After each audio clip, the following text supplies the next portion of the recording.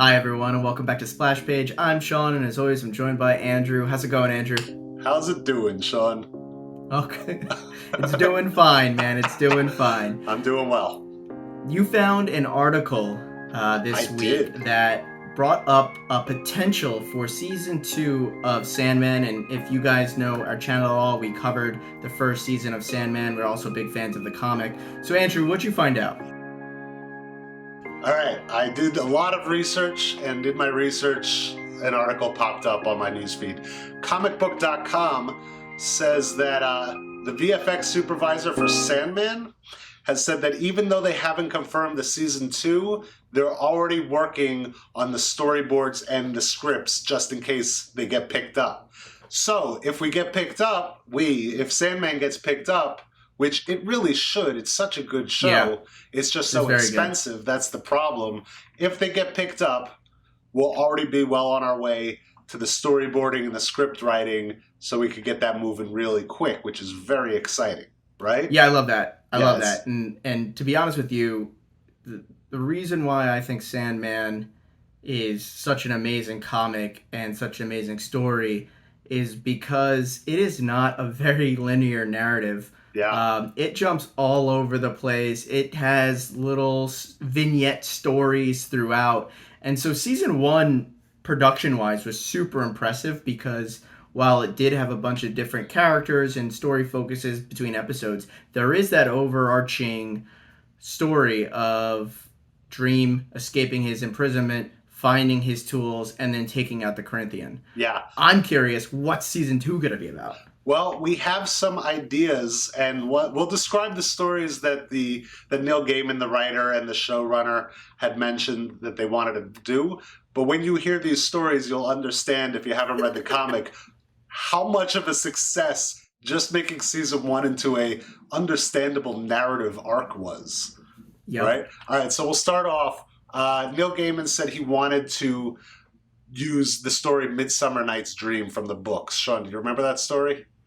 I do, and it's a great one, honestly. When Dream is in the 1500s, he meets who turns out to be William Shakespeare. I've heard of him. And they kind of have a little side conversation, but that side conversation is Dream giving William Shakespeare his, the dream of his lifetime, where he promises he will be a very, very successful playwright.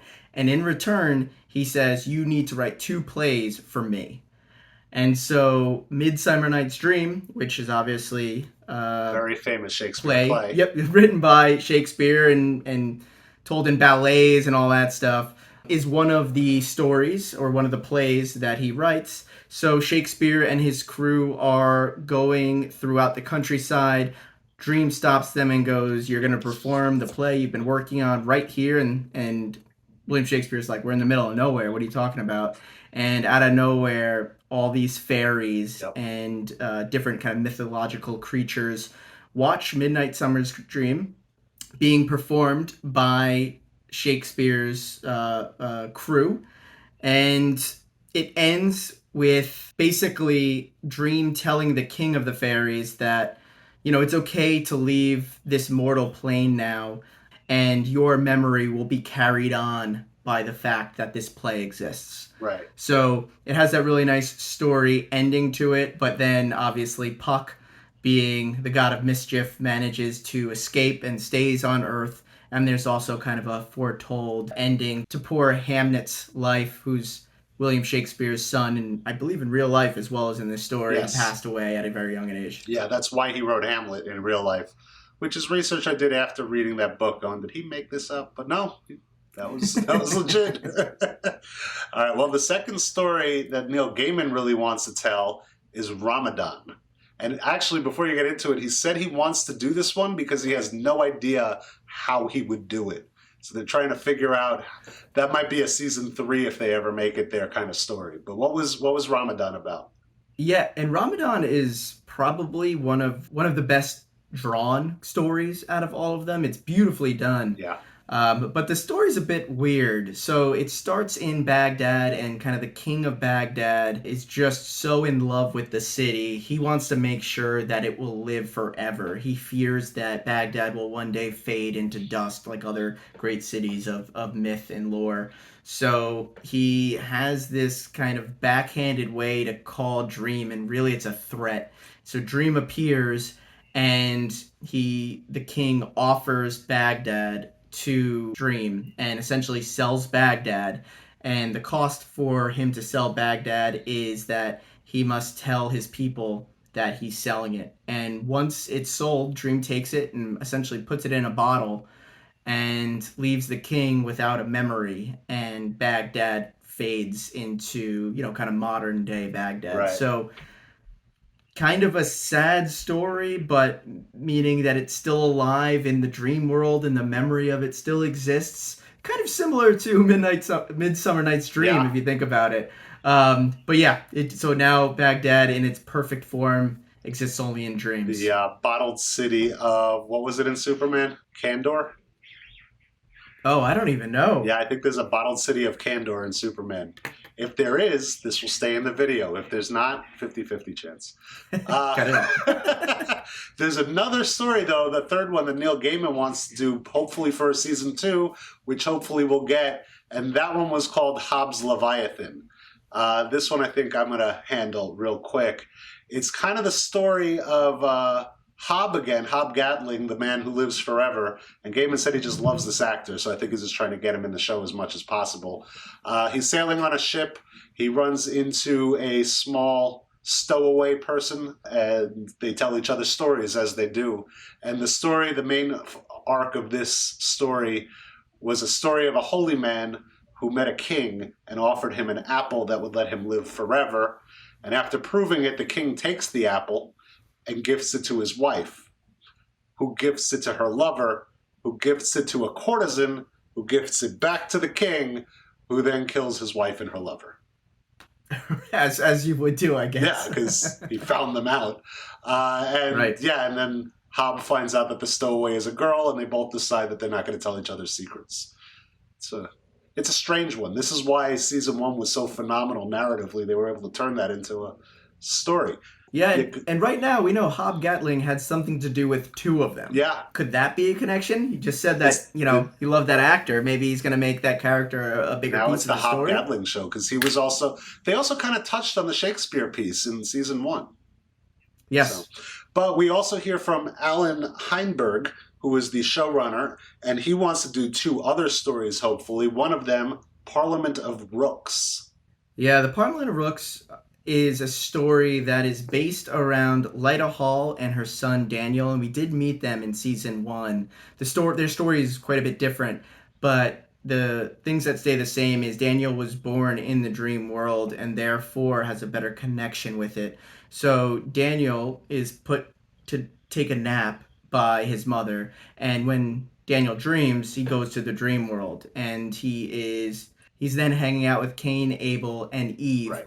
And Cain, in an attempt to kind of stir up some, shit, decides that each one of them should tell Daniel a story. And his story is about the Parliament of Rooks, which is what Murder of Crows, a Parliament of Rooks is. And apparently there's a mystery as to why rooks stand in a circle around a single rook.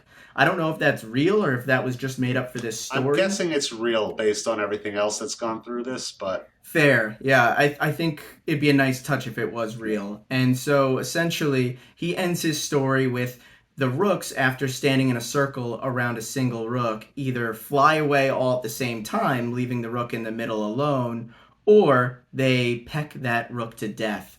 And so he refuses to say why that is the case. As Daniel is then leaving, Abel leans out the window and yells that, the reason for that is that the middle rook is telling a story. And if they like the story, the other rooks fly away. And if not, they kill him. And then, of course, Cain kills Abel while screaming that the mystery will live on, not the answer. So he's mad because it's more important that there is the mystery and the intrigue to keep why that is happening alive and interesting to people. Once you know the answer, you don't really care. And that is yet another story about stories, which is Gaiman's kind of deal. He loves telling stories about stories and why stories are so great. I don't know. I like the writing. I like that kind of big thinking. Anyway, there's one more that the showrunner Alan Heinberg wanted to do, and he said if he could, he wanted to do its own miniseries, but that might be getting greedy. It's called 3 Septembers in January. Yeah, and I think this is another one that's kind of based on a real world fact. There was a man, and I don't know if his name was Norton or not, but there was a man who claimed to be the Emperor of the United States on the West Coast. And so this story follows Norton, who is claiming to be the Emperor of the United States. And it's really kind of the story of Job, where 4 of the Endless are kind of vying for his soul. So it's despair, desire, dream, and delirium. And the question is, which one of them will claim his soul before he dies, and therefore death gets him? It actually ends up that he lives kind of a lovely life, and people really enjoy him, and they think he's kind of crazy. They think he's kind of eccentric, but he does good. And in the end, he dies kind of lonely, and death picks him up and is genuinely happy to see him. And in the end, it's determined that Dream won because he just kind of lived his good life, always thinking that, living his dream, which was him being the emperor. Another great story. I don't know how you'd make that a miniseries. You'd have to make up a lot of stuff. Well, when you're show running Sandman season 1 and you're hoping for a season 2, you'll grasp at straws, I guess. That's true. That's true. Yeah, so those are the stories they're hoping to do in seasons 2, maybe 3. I forget if it was the article I mentioned earlier from comicbook.com or if it was a different one where Gaiman said if Netflix doesn't pick it up, there's a possibility they could sell it to another streaming service, but that's yet to be seen. But I mean, come on, this show is so amazing. Throw some money at it. Just make something great. Isn't that all we want to do, is to make something beautiful and great in this world? And this is our chance to keep that going.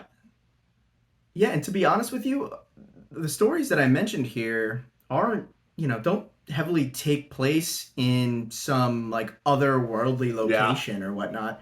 Maybe Ramadan, just because you have to make this epically beautiful, wonderful Baghdad, but the rest of them could be, that actually done for a modest amount, I would assume. That actually brings up a good point in that article on comicbook.com from the interview, I believe, in Screen Rant. They were mentioning how they were doing it, and they would go line by line and scene by scene.